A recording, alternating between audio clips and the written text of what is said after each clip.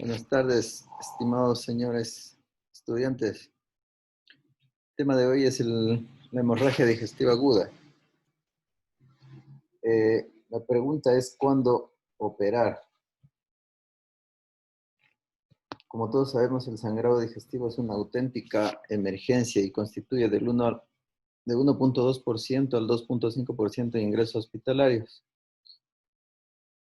Estudios en nuestro medio no tenemos, pero en Estados Unidos se registran 300,000 hospitalizaciones cada año con una mortalidad del 5 al 12%, que suele incrementarse hasta el 23 al 25%. Aquí sí hemos tenido un par de casos bien graves, cuya causa fueron las varices esofágicas y desafortunadamente pues fallecieron. Es imposible controlar este tipo de sangrados con este tipo de causas. La incidencia y las causas del sangrado del tubo digestivo alto se han modificado en los últimos años. Según estudios realizados en Japón, ha disminuido en cierta medida debido al empleo de los inhibidores de la bomba de protones.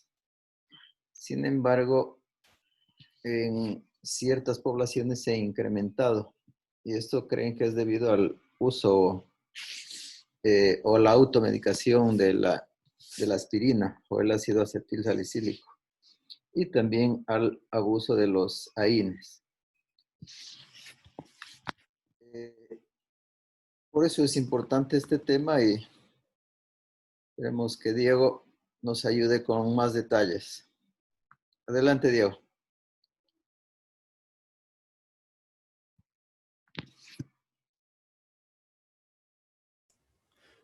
Buenas tardes, doctor. Buenas tardes, compañeros. Como ya se mencionó, el tema de esta clase va a ser hemorragias digestivas agudas. ¿Qué clase de internos? Bien, así que serio. Bien, las hemorragias digestivas agudas constituyen un problema clínico, el cual frecuentemente va a tener una manifestación clínica que va a ser diversa, es decir, no siempre va a manifestarse clásicamente. Va a tener puede haber varias diferencias dependiendo del tipo del origen, de la localización, de la causa. Entonces, las manifestaciones van a ser variadas. Estas hemorragias también pueden ser triviales o también pueden ser masivas y pueden proceder de cualquier parte del aparato digestivo, como por ejemplo puede ser del páncreas, también puede ser del hígado, puede ser de las vías biliares. La locación de la hemorragia se clasifica típicamente en función a lo que es la relación con el ligamento de Treitz. Es decir, una hemorragia digestiva alta proximal al mismo origen más frecuente, es el origen más frecuente de la hemorragia digestiva aguda. Las causas más frecuentes suelen ser, como se mencionó, úlceras pépticas y la hemorragia varicosa. La mayor parte de las hemorragias digestivas bajas, en cambio, se van a originar de lo que es el colon, los divertículos.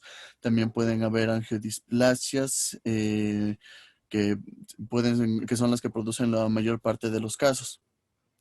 En otros casos, el origen será del intestino delgado. Una hemorragia se va a definir como oscura cuando persiste o recidiva tras una endoscopía negativa, y la hemorragia oculta es la que el paciente no percibe hasta desarrollar una manifestación clínica por la anemia. Bien, en cuanto al como se había mencionado ya previamente, aproximadamente en los últimos 20 años existen múltiples factores que condicionan lo que es la incidencia de la enfermedad. En algunos casos se puede asociar al uso de algunos fármacos, como puede ser, por ejemplo, los AINES. También puede ser, se los ha relacionado con lo que son los inhibidores selectivos de la recaptación de serotonina, y se los han determinado como medicamentos que aumentan lo que es la prevalencia de la hemorragia digestiva. Mientras que los inhibidores de la bomba de protones, como fármacos orientados a reducir lo que es el Helicobacter pylori, por otro lado, disminuyen lo que es la aparición de estas hemorragias. La consecuencia global es que la frecuencia de ingresos hospitalarios por hemorragias digestivas se reduce de forma modesta, aproximadamente entre un 4% entre los últimos años últimos y primeros años del principio del siglo, como es entre aproximadamente por el 2006, y una estimación nacional en otros países, obviamente, de lo que son altas de pacientes con diagnóstico de hemorragia digestiva. Menciona que existen 187 altas por cada 100,000 personas que han sido ingresadas por casos de hemorragias. Perdón, por habitantes, perdón. En cuanto al tratamiento de los pacientes con hemorragia digestiva aguda, tenemos que en todo paciente con una hemorragia digestiva va a ser necesario sí o sí seguir algunos principios fundamentales como durante la evaluación y el tratamiento inicial y los tratamientos iniciales. En este recuadro podemos ver el protocolo, que sería primero la evaluación inicial y reanimación. También tenemos, o sea, en esto se va a desglosar lo que es la valoración de las vías respiratorias, la respiración y la circulación. Se debe también valorar lo que es la magnitud de la hemorragia, iniciar lo que es la monitorización adecuada y también realizar pruebas de laboratorio para identificar el estado del paciente. En cuanto a anamnesis y exploración, es muy importante identificar también los factores de riesgo de alguna cirugía previa, es decir, alguna cirugía que haya podido ocasionar este tipo de sangrado, que tal vez no ha sido adecuadamente sintetizada con suturas, o el uso de algún fármaco que pueda estar ocasionando este tipo de hemorragias. Para localizar la hemorragia tenemos la utilización de algunos métodos de estudios, como son por ejemplo la endoscopía, aspiración mediante sonda nasogástrica y otras pruebas si fueran necesarias dependiendo del criterio del profesional que lo va a manejar. Y después de esto realizaríamos lo que es el inicio del tratamiento farmacológico, endoscópico, angiográfico y quirúrgico, dependiendo de lo que se necesite y al diagnóstico que ya hemos llegado. Endoscópico, como por ejemplo en el caso de varices esofágicas, para lo que es el clipado de estas de varices, angiográfico para poder identificar también la zona en donde está ocurriendo el sangrado y poder realizar una adecuada hemostasia. Y quirúrgico, pues en caso de que sea tal vez alguna perforación de una víscera que necesite ser eh, reparada con suturas o con procedimientos quirúrgicos. En cuanto a como tenemos la evaluación inicial, va desde la presencia de sangre oculta en heces durante la exploración rectal hasta las hemorragias exsanguinantes. Por ejemplo, se le hace mucho hincapié en pacientes que han tenido algún tipo de accidente que ha ocasionado que tengan politraumatismos. El examen rectal, la exploración rectal es muy importante y es algo de cajón debido a que tenemos que analizar pérdida de sangre a través de cavidad. También la prioridad debe ser lo que es la valoración de la vía respiratoria y la respiración. No podemos dejar que se vaya a descompensar nuestro paciente. No podemos permitir que vaya a haber una hipoxia, porque esto va a ocasionar que exista una muerte mucho más acelerada. Y también debemos comenzar por una cuantificación del déficit preexistente y también de las pérdidas sanguíneas y de las pérdidas que sigan produciéndose, es decir, cuantificar qué cantidad de volemia se ha perdido y sigue perdiendo para de esta manera poder Eh, de esta manera poder tratar de mejorar lo que es, o reponer, mejor dicho, la cantidad de líquido, siempre teniendo en cuenta el tipo de hemorragia, si es una hemorragia leve, con soluciones que encontramos en el servicio de emergencia se puede utilizar, y si es una hemorragia más avanzada, expansores de volumen o incluso con sangre por medio de una transfusión. En cuanto a lo que es, tenemos también, como mencioné, lo que es la reanimación. Cuanto más grave va a ser la hemorragia, también deberá ser más agresiva la reanimación para poder compensar la volemia y los cambios fisiológicos que van a ocurrir en el cuerpo del paciente. La principal causa de morbilidad y mortalidad en estos pacientes va a ser el fallo multiorgánico debido a la poca irrigación que va a haber a través del sistema vascular. Esto puede también ser consecuencia de una reanimación poco adecuada. Entonces el volumen sanguíneo y la perfusión a los órganos continuaría deficiente. En caso de existir alguna sospecha o algún indicio de compromiso de las vías respiratorias, se debe proceder inmediatamente a lo que es la intubación y la ventilación. Como mencioné, no podemos permitir que caiga la frecuencia respiratoria ni la saturación de oxígeno, ya que esto va a ser todavía más letal para el paciente, va a ser un agravante más para la hemorragia. En pacientes que tengan signos de inestabilidad hemodinámica, y también en pacientes en los que se pueda sospechar que hay una hemorragia persistente, se debe colocar lo que son dos líneas intravenosas de gran calibre. Generalmente, según el ATLS, se recomienda que sean catéteres número 16, porque estos tienen un calibre ancho, el cual permite que el líquido pase con mayor velocidad y mayor facilidad hacia el sistema sanguíneo, el sistema circulatorio del paciente al que vamos a reanimar. ¿Sí se me está escuchando? ¿Sí se ve la pantalla? Sí, sí, está muy bien. Muy bien. En cuanto a pacientes inestables, hay que administrar, se recomienda un bolo de 2 litros de solución cristaloidea, por ejemplo, solución salina, em, o también puede ser lactato de Ringer, que es la que tiene una composición electrolítica eh, más similar a lo que es la composición de electrolitos en la sangre. Se debe monitorear constantemente la respuesta del paciente a la reanimación.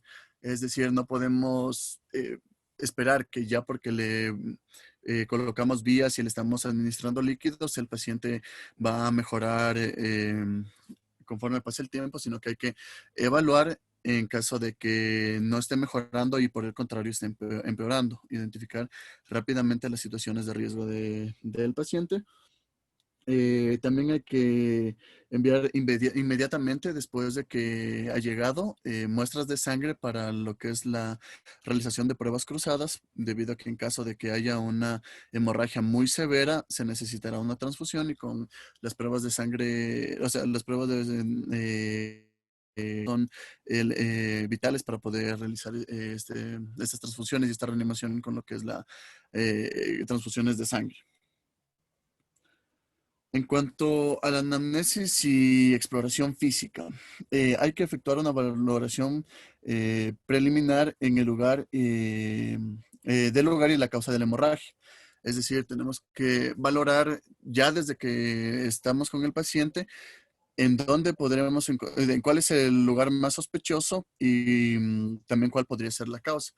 Por ejemplo, hemorragias que observamos rojo rutilante, que puedan, cuya sangre sale a través de la cavidad anal, podemos sospechar o prácticamente confirmar que sería una hemorragia digestiva baja, debido a que en caso de que fuera alta, el tiempo en que demore en llegar hasta la región anal hace que esta sangre se coagule y su presentación sea en cambio en aspecto de melena, lo cual identificaría se identificaría como una hemorragia digestiva alta. Existen posibilidades, algunos casos en los cuales una hemorragia digestiva alta se pueda manifestar con sangrado rectal de color rojo rutilante, pero esto solamente ocurriría en caso de una hemorragia exsanguinante, es decir, muy intensa, que, que se está originando por encima del ángulo de Treitz. Generalmente las hemorragias en las cuales podemos detectar sangre fresca son hemorragias digestivas bajas. La hematemesis también es algo que debemos identificar. El vómito de sangre, o sea, es el vómito de sangre y suele deberse a una hemorragia de los segmentos altos del tubo digestivo, como mencionamos, por ejemplo, las varices esofágicas. Por otra parte, en lugar de causar un sangrado a través del ano, van a causar un sangrado a través de la cavidad bucal.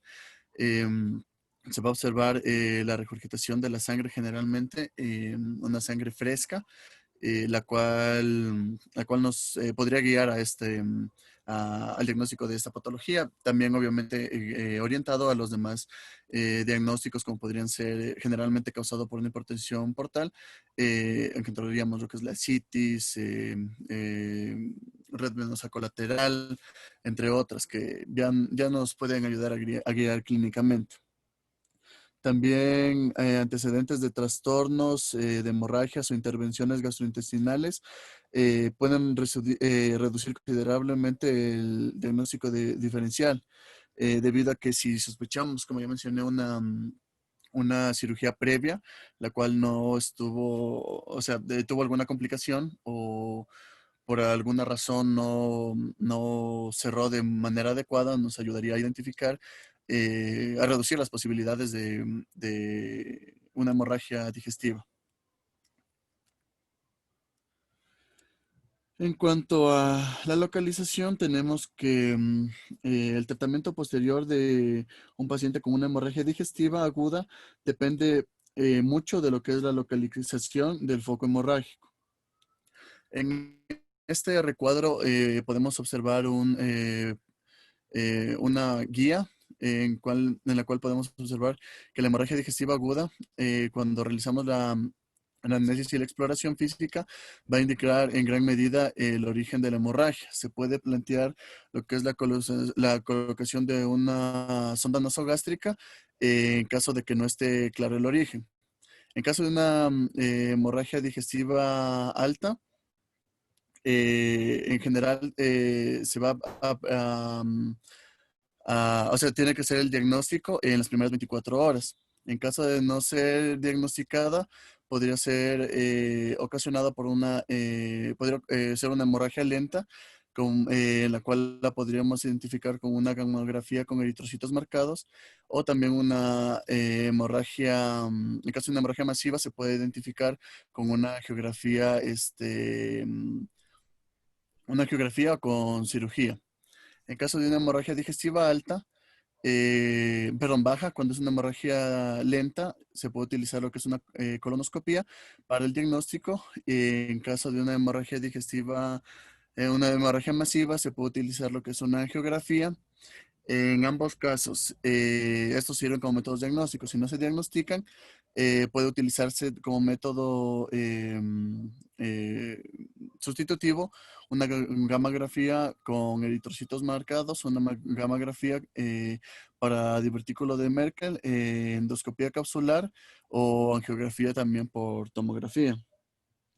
Aunque las melenas suelen deberse a hemorragias digestivas altas, pueden también, como en el caso anterior, se menciona, de la misma manera que pueden haber hemorragias digestivas altas, las cuales causan un grado rectal abundante, pueden haber hemorragias digestivas bajas, las cuales ocasionen una clínica de melena. Es decir, estas hemorragias pueden ser bastante lentas, lo cual evita que salgan de una manera alarmante a través de un sangrado rectal, pero se van acumulando en lo que es a nivel del colon, y estas por el tiempo y la lentitud del tránsito intestinal van a aparecer una hemorragia digestiva alta porque se presenta como melenas.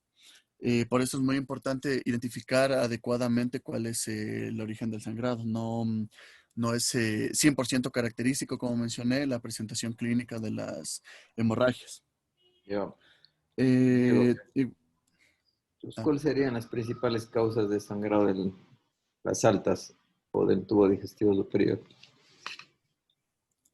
En caso de de lo que son las hemorragias digestivas altas, tenemos, por ejemplo, lo que es varices esofágicas, también úlceras pépticas, las cuales pueden perforarse ocasionando el sangrado. En ocasiones también pueden haber traumatismos los cuales comprometen lo que es la integridad tanto del esófago, del estómago, en caso, por ejemplo, de accidentes de tránsito o de caídas. En caso de una hemorragia digestiva baja, por otro lado, tenemos, por ejemplo, en personas mayores, lo que son tumores, pueden ser también perforaciones, puede ser también una fractura de pelvis, como en caso de un accidente de tránsito. También podría ser debido a divertículos o una perforación del intestino. Ya, dentro del tracto digestivo superior también está uno que es muy frecuente, es el síndrome de Mallory-Weiss. ¿Qué es eso? El síndrome de Mallory-Weiss es la ruptura esofágica, pero no recuerdo exactamente la causa, doctor. Era una ruptura esofágica. Es es un desgarro prácticamente la unión esófago-gástrica por náuseas o vómitos eh, muy fuertes, ¿sí? Eso es la perforación espontánea del esófago. Ese tiene otro nombre, es el síndrome de Boer-Haber. Ya, pero esa es otra cosa. Y la gastritis erosiva también es una causa frecuente de sangrado digestivo superior, ¿sí?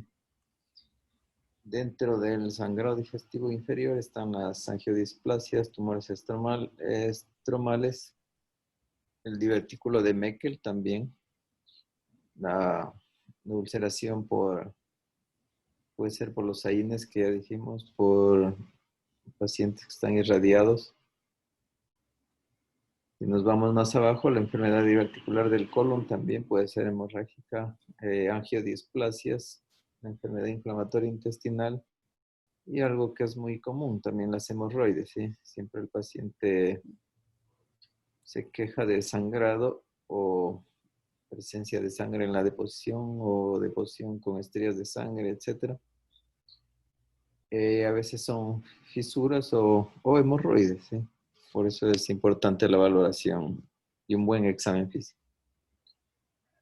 Ya, continúa. Muy bien.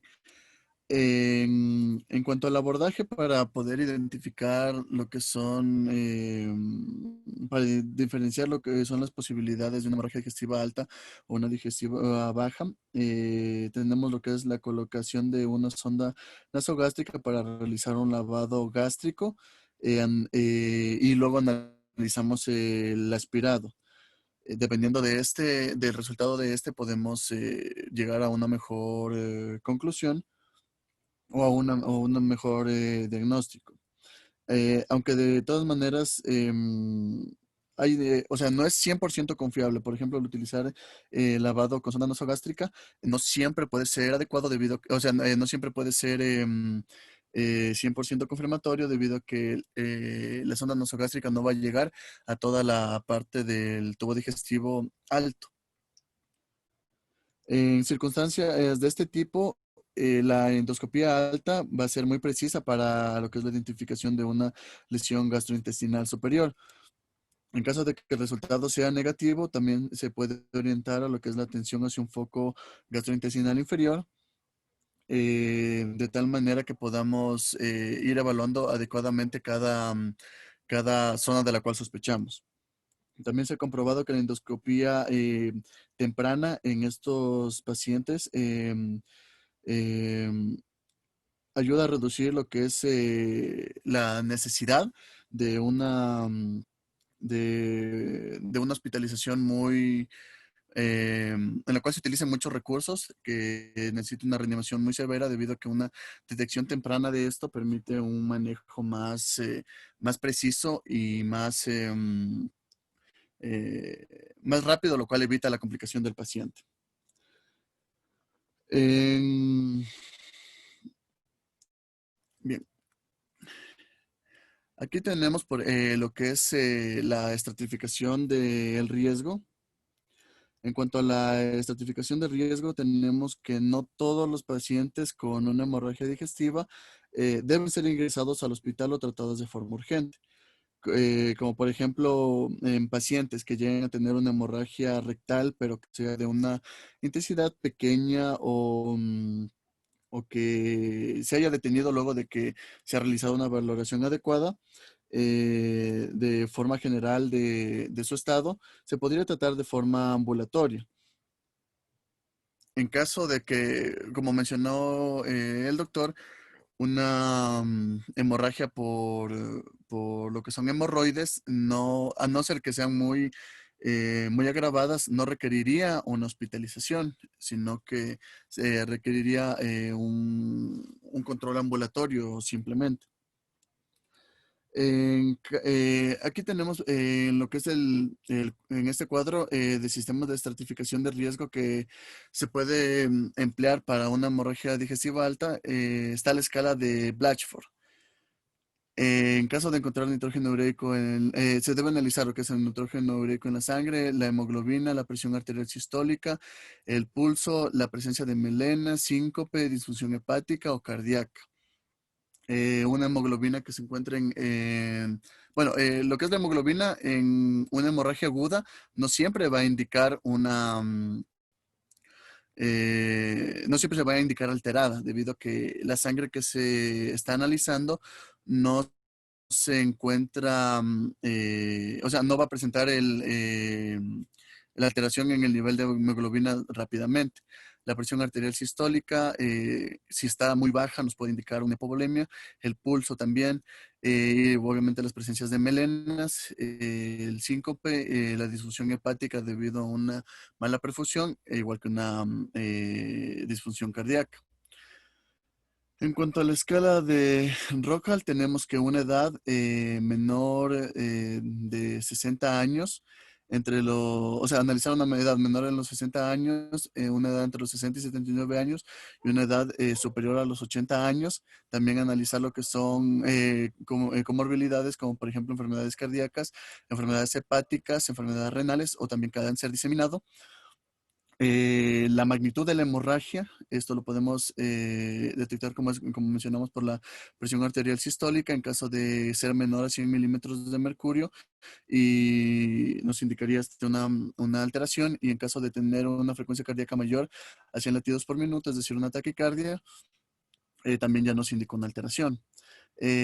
Analizar lo que son las necesidades de transfusión de acuerdo a la evaluación de la magnitud de la hemorragia y también de acuerdo a los hallazgos endoscópicos, como por ejemplo fue en caso de utilizar una técnica endoscópica en las cuales se pueden identificar algunas situaciones como por ejemplo desgarros de Mallory Weiss o lesiones no malignas o lesiones malignizadas también. Y también identificar lo que son estigmas de hemorragia reciente.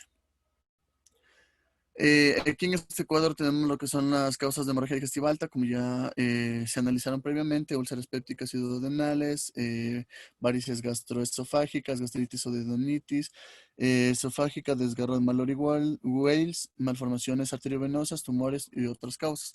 La gastropatía por hipertensión portal, y también varices gástricas aisladas, pero esto menciona que es bastante raro de que ocurra.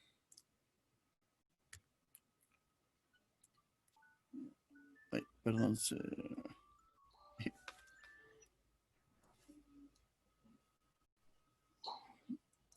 Un segundo, perdón. Bueno, en causas de lo que es específicas de una hemorragia digestiva alta, tenemos lo que son hemorragias no varicosas, como por ejemplo la úlcera péptica, la cual se mantiene como la causa más frecuente de hemorragia digestiva alta y también va a ser responsable de en torno de aproximadamente el 40% de los casos.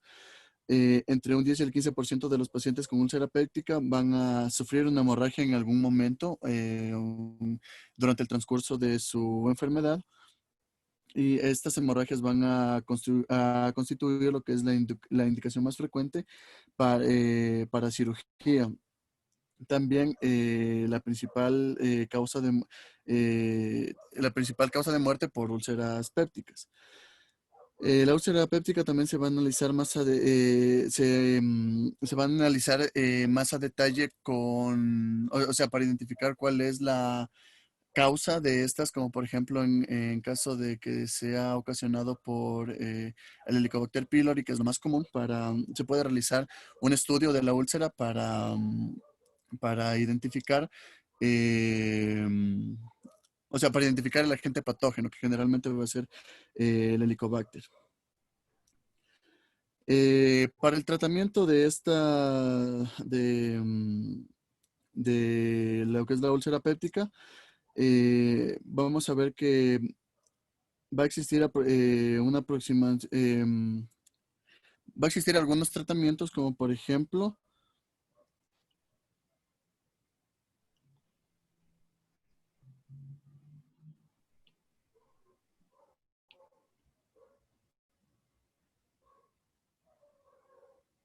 y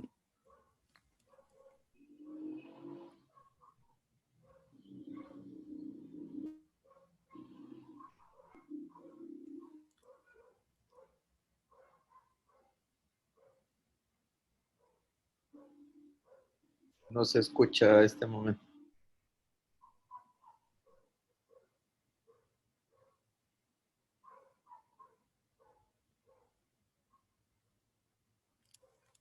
¿se escucha?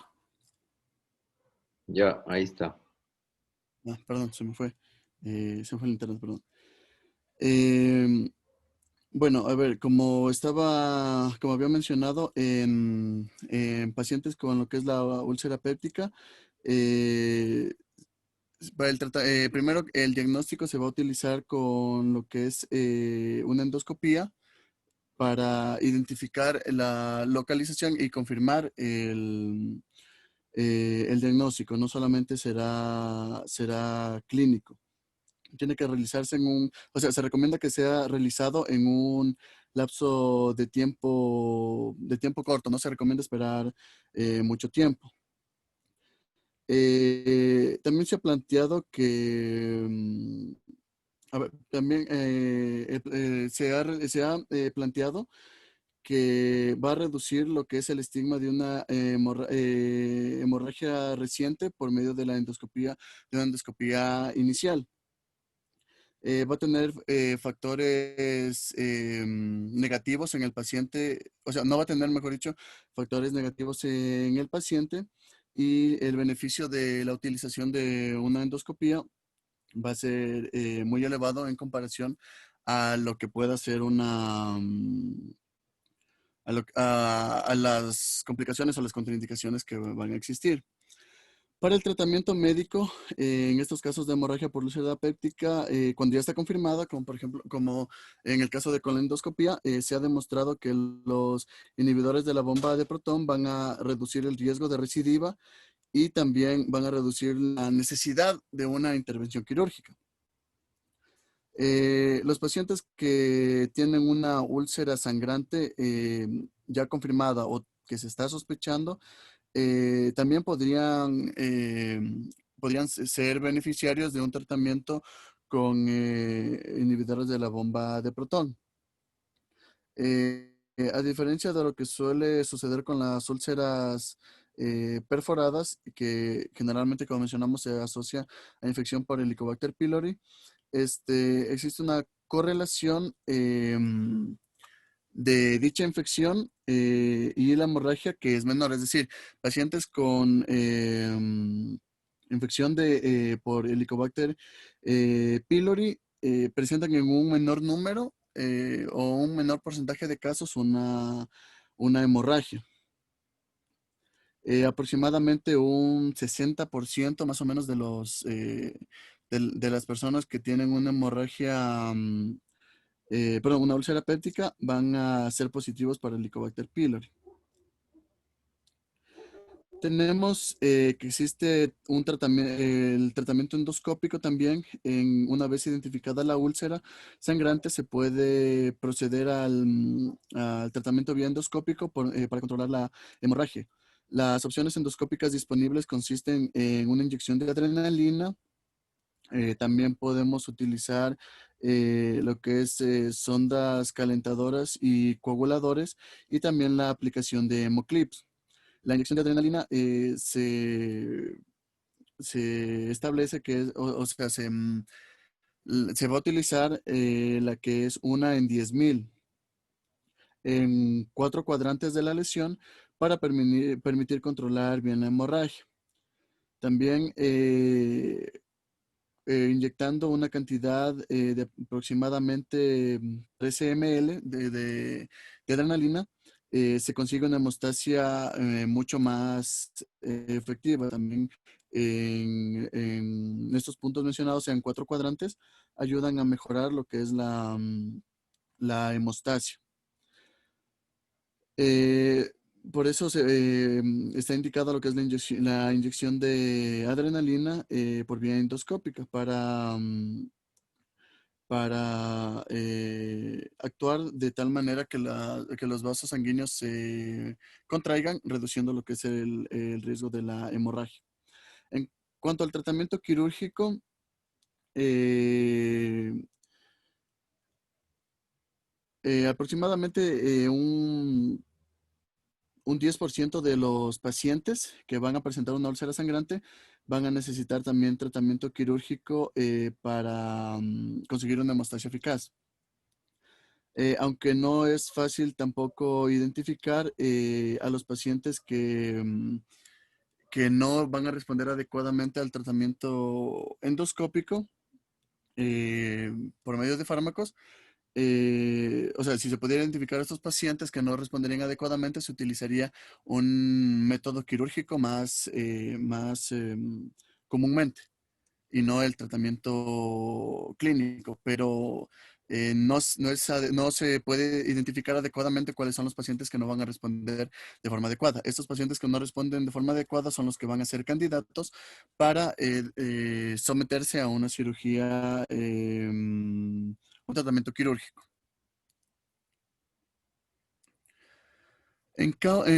Ahora tenemos lo que son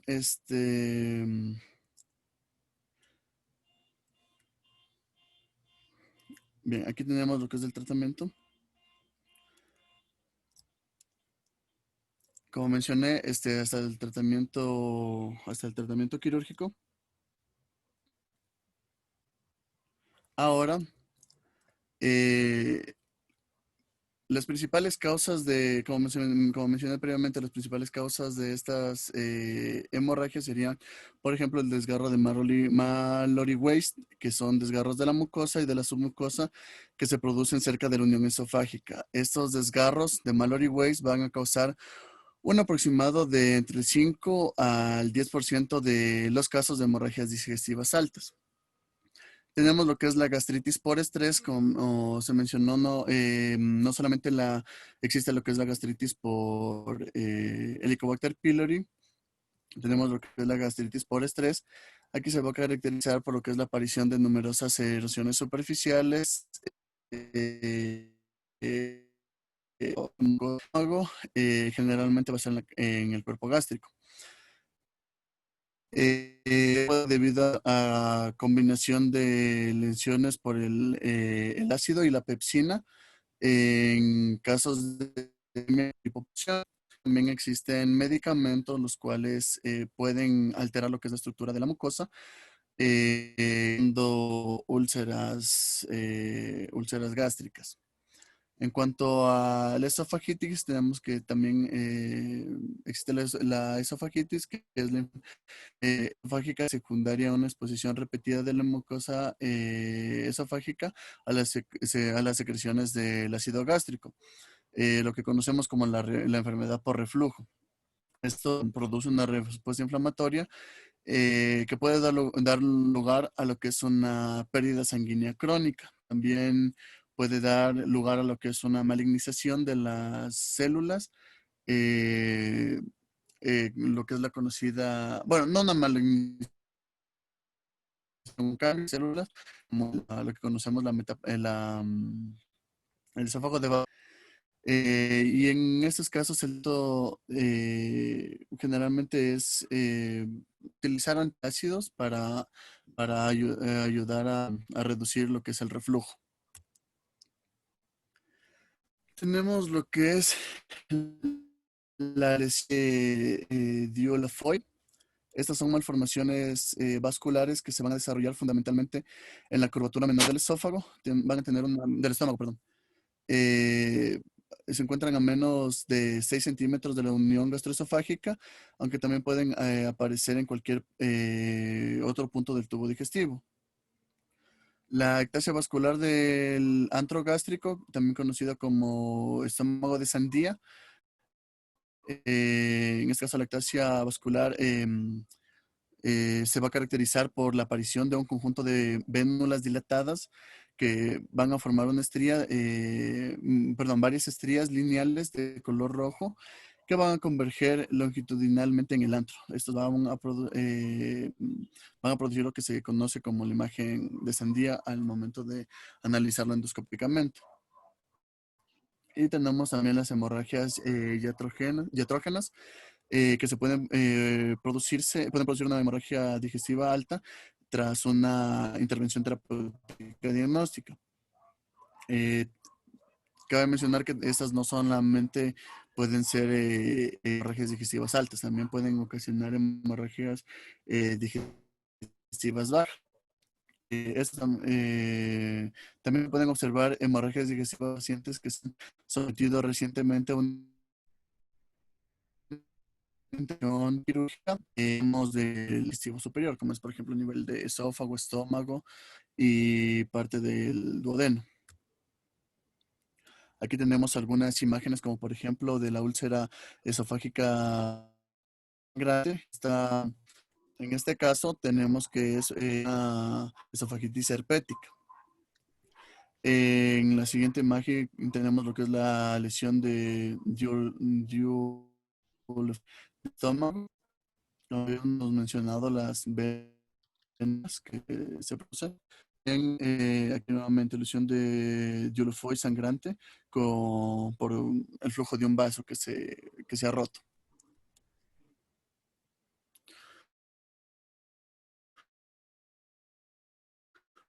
Son el ligno, como superiores del tubo digestivo, suelen causar anemia crónica y un resultado positivo en las pruebas fecales de sangre oculta. eh, o sea, se va a identificar más como sangre oculta en heces que como episodios hemorrágicos significativos. En caso de una fístula aortológica,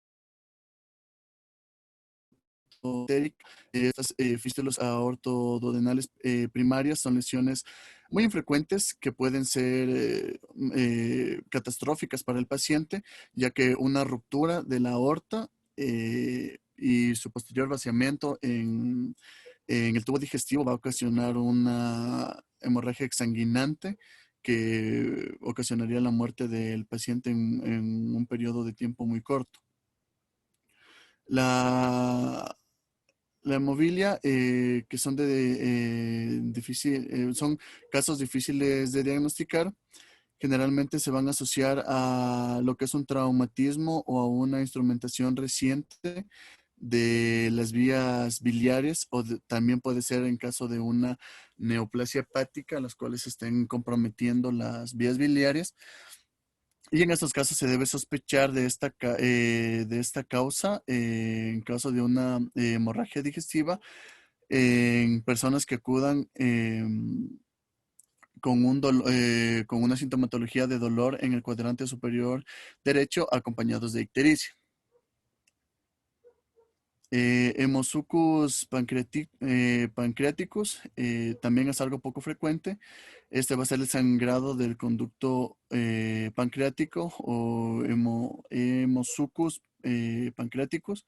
Generalmente se va a deber a lo que es una erosión de un pseudoquiste pancreático hacia la arteria esplénica. Va a también producir inicialmente un dolor abdominal y hematoquesia. Ahora, en cuanto a hemorragias relacionadas con lo que es la hipertensión portal, tenemos que las hemorragias digestivas altas van a constituir una complicación grave a la hipertensión portal. Generalmente en el contexto de la cirrosis, que es donde más comúnmente vamos a observar casos de hipertensión portal. En este tipo de hemorragias es más común es común que se observe a las varices sangrantes por medio de una endoscopía.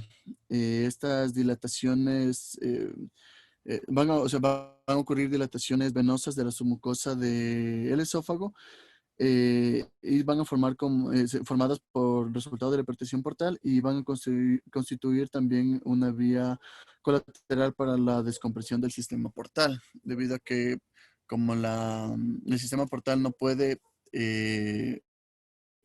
bombear sangre de forma adecuada, va a existir un estancamiento de la sangre y para poder compensar esta presión excesiva, las venas posteriores que se encuentran en el aparato digestivo van a empezar a dilatarse y de esta manera se va aliviando la presión en el sistema portal.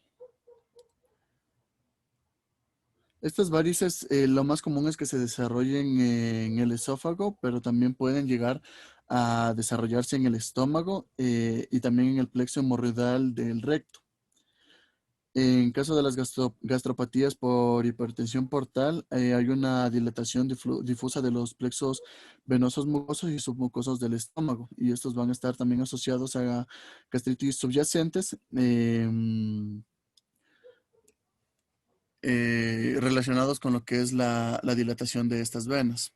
Es decir, al momento de existir una hipertensión portal que esté muy agravada, estas venas que se han dilatado al modificar la estructura anatómica del estómago van a volver más superficiales los vasos y al momento de encontrarse con un medio más ácido pueden causar una perforación y el consiguiente sangrado del esófago. Las varices gastroesofágicas se desarrollan en aproximadamente un 30% de los pacientes con hipertensión portal y también el 30% de los integrantes de estos pacientes que han desarrollado las varices esofágicas van a presentar también una hemorragia varicosa. Para el tratamiento de esta patología, tenemos que este protocolo que podemos ver en pantalla, en caso de sospecharse una hemorragia varicosa, basado en el examen físico que le realizamos al paciente, se debe valorar lo que son las vías respiratorias, la respiración, la circulación y también prepararnos para reanimar, debido a que por una ruptura de estas varices se puede perder una gran cantidad de sangre. Se puede iniciar lo que es la infusión de vasopresina o también de octeótrido que actúan de forma muy favorable para pacientes que tienen que tienen este cuadro. Luego podemos confirmar lo que son las varices sangrantes por medio de la endoscopía gastroduodenal. Y luego de haberlas confirmado, proseguir con lo que es la ligadura endoscópica o escleroterapia también para esclerosar estos vasos como tratamiento para controlar la hemorragia. En caso de que se haya cerrado la hemorragia con este tratamiento, se va a administrar lo que es vasopresina u octiotrido durante 3 a 5 días. Se debe completar 7 días de antibiótico terapia y luego repetir la ligadura endoscópica cada 10 o 14 días hasta que se haya eliminado esta varice. Y en caso de que no se haya logrado la hemostasia con este tratamiento, se debe realizar un taponamiento con un balón hinchable. Se debe considerar la posibilidad de una derivación quirúrgica, una derivación, se me olvidó el nombre de esa derivación, perdón.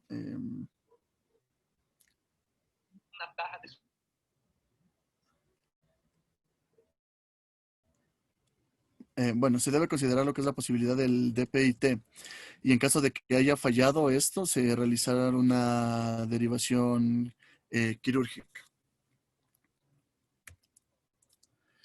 Tenemos que para el tratamiento médico en estos pacientes con cirrosis va a ser necesario considerar el tratamiento farmacológico orientado a la atenuación de la hipertensión portal. Es decir, en estos pacientes el tratamiento de las varices va a ser simplemente algo temporal, debido a que si continúa la hipertensión portal, la dilatación de estas varices van a continuar y van a seguir causando, hemorragias.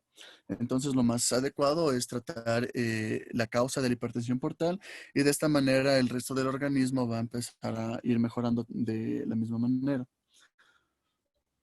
Eh, Se puede utilizar, como se mencionó, la vasopresina, ya que esta causa contracción esplácnica y se ha demostrado también que reduce de manera significativa el alcance de la hemorragia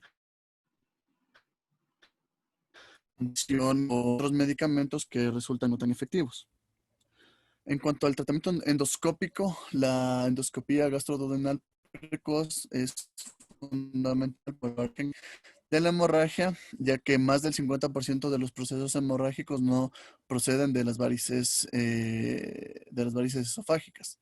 Y también la ligadura va a producir menos complicaciones y cuando se cuenta con la suficiente experiencia para poder realizar este tipo de procedimientos, va a ser el tratamiento a elección, ya que va a causar una hemostasia mucho más segura a lo largo del tiempo. Otros tratamientos que se pueden considerar, se puede tener de forma, detener provisionalmente el sangrado taponándolo con el balón hinchable, como había mencionado. La utilización de una sonda de Sengstake Blakemore, que consta de un tubo gástrico con sendos balones hinchables para el esófago y el estómago. Y en caso de una hemorragia varicosa refractaria, que no se puede controlar endoscópicamente, ahí va a estar indicada la descompresión portal de urgencia. Ahora, en cuanto a hemorragias digestivas bajas agudas, tenemos que en comparación con la hemorragia digestiva alta, la hemorragia digestiva baja es una causa menos frecuente para un ingreso hospitalario.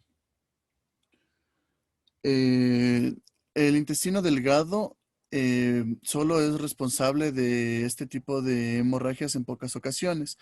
Estas lesiones típicamente no se van a diagnosticar mediante la utilización de una endoscopía alta y baja. Y se suele considerar dentro de las causas dentro de las causas no especificadas de hemorragia digestiva. En cuanto a la población pediátrica, cuando existe la invaginación es la causa de hemorragia baja más común, en cuanto que el divertículo de Meckel puede considerarse en el diagnóstico diferencial también en lo que son adultos y jóvenes. La mortalidad por hemorragia digestiva baja es similar a la de la hemorragia digestiva alta, aproximadamente un 3%, aunque esta mortalidad va a ir aumentando con la edad hasta superar un 5% en pacientes que tienen una edad de 85 años o incluso superior. En un alto porcentaje de pacientes con una hemorragia digestiva baja, el origen del sangrado tiende a ser el colon. Eh, el intestino delgado es muy poco probable que vaya a ocasionar este tipo de sangrados.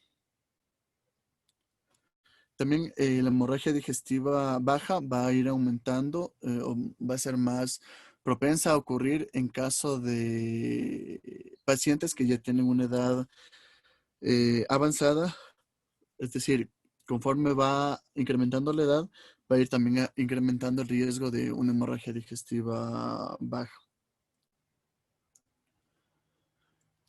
Para el diagnóstico diferencial de las hemorragias digestivas bajas, tenemos que lo podemos realizar con lo que son patologías ya mencionadas, como por ejemplo la diverticulosis, las angiodisplasias, trastornos anorrectales, erosiones o úlceras debido a potasio o a INES, la isquemia, la enfermedad de Crohn, neoplasias, en caso de radiaciones también, la colitis infecciosa, el divertículo de Meckel, como ya había mencionado, la postpolipectomía también puede llegar a ocasionar, que es la extracción de un pólipo que suelen aparecer con relativa frecuencia en lo que es el intestino. Enfermedad intestinal inflamatoria, las fístulas aortoentéricas que ya había mencionado previamente, colitis, proctitis por radiación. Y en un porcentaje nada despreciable suelen ser de origen desconocido, de aproximadamente un 10 al 25%. Estas hemorragias digestivas bajas se van a manifestar generalmente en forma de hematoquesia, que puede variar desde sangre brillante hasta también presentar coágulos continuos. En caso de que la lesión sangrara de forma más lenta o que ésta se encuentre en una zona más proximal, la hemorragia en cambio se va a manifestar en forma de melenas. Las hemorragias de los segmentos bajos del tubo digestivo suelen ser menos graves y menos intermitentes y pueden llegar a cesar espontáneamente y con más frecuencia que las hemorragias en comparación con las hemorragias altas. En comparación con lo que es el uso de la endoscopía gastroduodenal para las hemorragias digestivas altas, los métodos para diagnosticar las hemorragias bajas no son tan sensibles y tampoco no van a ser tan específicos.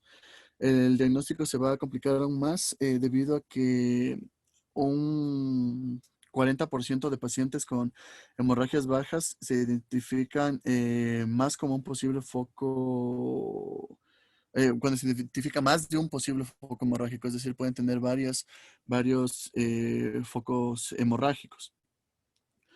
Para ayudarnos en esta tarea tenemos también esta tabla en la cual analizamos un orden para tratar de identificar la hemorragia digestiva baja. Primero tenemos que valorar lo que es el posible sangrado de la salida anorrectal, realizar un tacto rectal y una anoscopía.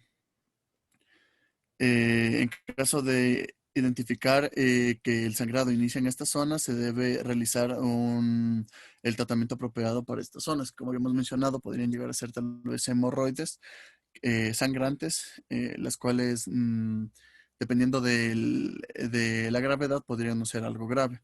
En caso de no encontrar ningún diagnóstico adecuado o ningún diagnóstico con esta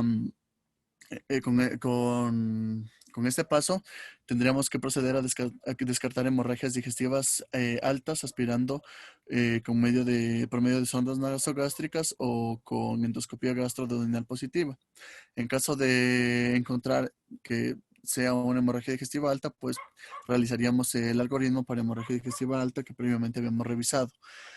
En caso de no diagnosticar nada, no tener todavía indicios, eh, tenemos que identificar si es una hemorragia menor de forma intermitente o una hemorragia importante que va a ser persistente.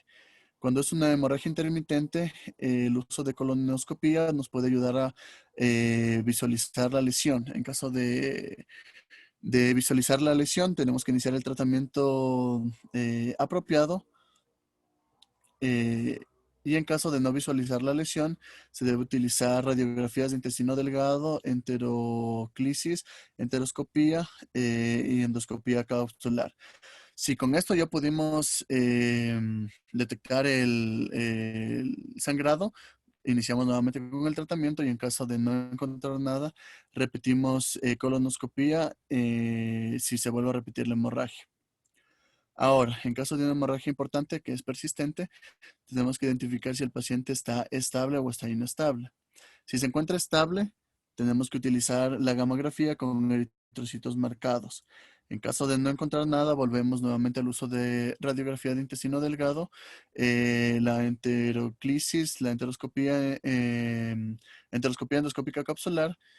Y en caso de ser positivo, ya encontrar el sangrado, realizamos el tratamiento adecuado. Y en caso de no ser así, nuevamente realizamos lo que es la coloscopía si se repite la hemorragia. En caso de que con la gamografía, con eritrocitos marcados, logramos encontrar el foco del sangrado, utilizaríamos una angiografía y procederíamos al tratamiento. Se podría realizar lo que es una resección segmentaria del segmento que está sangrando. En caso del paciente que se encuentre inestable, tenemos que directamente llevarlo al quirófano. Cuando aún es de un origen incierto, la hemorragia eh, se la tiene que tratar de localizar, realizar pinzamientos seriados o una enteroscopía intraoperatoria para seguida de una resección del segmento que está afectado. Y en caso de haber identificado el origen en el colon, en el intestino delgado, se realiza una colectomía subtotal con anastomosis ileorectal o una resección del intestino delgado, dependiendo de en qué lado va a encontrarse el origen del sangrado. En cuanto con la colonoscopía, va a estar indicada cuando la hemorragia es pequeña o moderada. Una hemorragia importante va a interferir considerablemente también con la visualización y esto va a limitar mucho la utilidad diagnóstica. La gamografía radioisotópica, como ya mencioné, con eritros marcados, se utiliza el tecnesio 99. Va a ser el método más sensible, pero también va a ser el menos exacto para poder localizar la hemorragia digestiva. Esta técnica etiqueta los eritrocitos del paciente, los cuales van a ser reinyectados y esta sangre que está marcada vamos a analizarla con gamografías para identificar el lugar en el cual se va a extravasar. La angiografía por tomografía computarizada es un estudio que ha demostrado eh, que la angiografía por tomografía puede ser mejor que la gamografía para localizar el origen de la hemorragia digestiva, es decir, tiene una mayor ventaja en este tipo de patologías. Y en cuanto a la angiografía mesentérica, esta va a permitir detectar hemorragias del orden de 0.1 a un ml y generalmente se emplea solo para diagnosticar hemorragias en curso. Puede resultar también útil eh, para identificar patrones vasculares de angiodisplasia.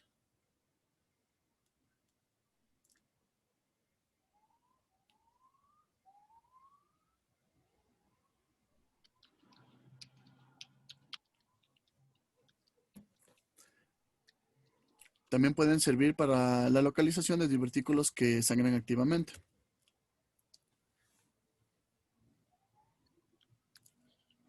Ahora, en caso de lo que son las causas concretas de hemorragia digestiva baja, eh, bueno, como se dice que continuaremos el día de mañana. Desde aquí ya falta muy poco para terminar. ¿Cuánto falta? No estoy seguro cuántas diapositivas, doctor. Pero no son muchos, ya no faltan muchos. Ya, es que no hay que ser tan extensas porque igual se duermen tus compañeros. Les pregunto algo, ya no están ahí. Entonces, ¿cuándo operamos a un paciente con sangrado digestivo?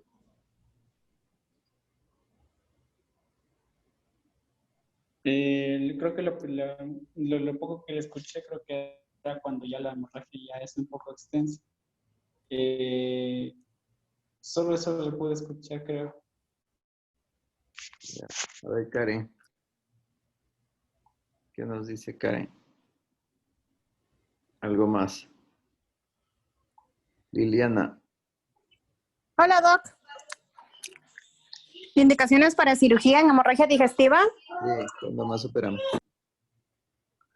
Cuando hay inestabilidad hemodinámica, cuando no se puede detener la hemorragia, si hay repetición de la hemorragia, luego que se haya estabilizado de la estabilización inicial, si hay un shock asociado a la hemorragia recurrente. Eso. Muy bien. Liliana.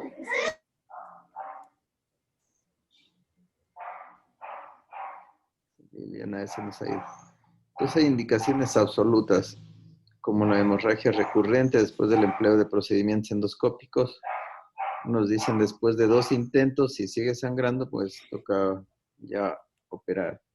Inestabilidad hemodinámica después de la reanimación, sea con líquidos o con sangre.